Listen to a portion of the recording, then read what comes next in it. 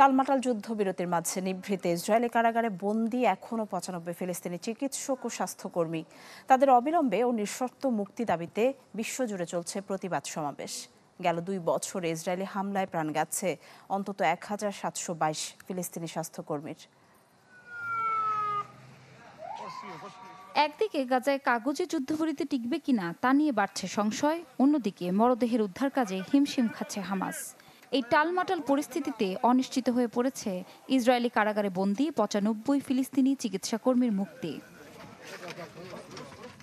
এসব বন্দীদের মধ্যে গাজা থেকে ৮০ এবং অধিকৃত পশ্চিম তীর থেকে আছেন ১৫ চিকিৎসক, যাদের মধ্যে আছেন কামাল আদওয়ান হাসপাতালের পরিচালক ডক্টর হুসাম আবু সাফিয়া, যাকে ২০২৪ সালে হাসপাতাল থেকে গ্রেপ্তার করে জায়নবাদীরা।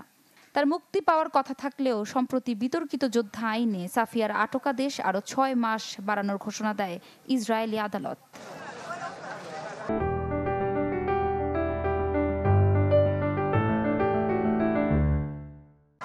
ডক্টর আবু সাফিয়ার আটকাদেশকে বিচার বহির্ভূত বলছে অ্যামনেস্টি ইন্টারন্যাশনাল। সংস্থাটির অভিযোগ, আটক অবস্থায় তার ওপর চালানো হচ্ছে বর্বর নির্যাতন, দেয়া হচ্ছে না খাবার ও চিকিৎসা সেবা, অনুমতি নেই আইনজীবীর সাথে সাক্ষাতেরও। আবু সাফিয়ার মুক্তির দাবিতে বিশ্বের বিভিন্ন দেশে দিন দিন জোরদার হচ্ছে আন্দোলন। তার মুক্তির দাবিতে কানাডা, যুক্তরাজ্য, ফ্রান্স সহ বিশ্বের বিভিন্ন দেশে বিক্ষোভ করেছে ফিলিস্তিনপন্থী কর্মীরা। হেলথ কেয়ার ওয়ার্কার্স ওয়াচ জানিয়েছে, অধিকাংশ ফিলিস্তিনি চিকিৎসা কর্মীকে ইসরায়েলি সেনারা হাসপাতাল বা অ্যাম্বুলেন্স থেকে দায়িত্ব পালনের সময় অপহরণ করে। শুধু সাফিয়া নয়, হেলথ কেয়ার ওয়ার্কার্স ওয়াচের তথ্য মতে ইসরায়েলি কারাগারে বন্দী থাকা বেশিরভাগ চিকিৎসা কর্মীদের উপরই চলছে অমানবিক নির্যাতন ও মানসিক নিপীড়ন।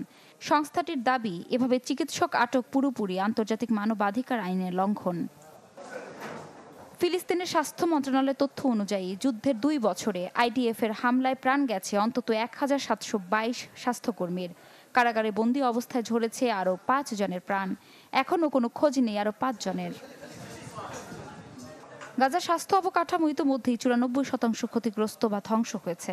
দক্ষ চিকিৎসক ও স্বাস্থ্যকর্মীদের আটক ও হত্যার ফলে উপত্যকাটিতে মানবিক সংকট আরও ভয়াবহ রূপ নিচ্ছে। ইপসিতা জামান, চ্যানেল 24।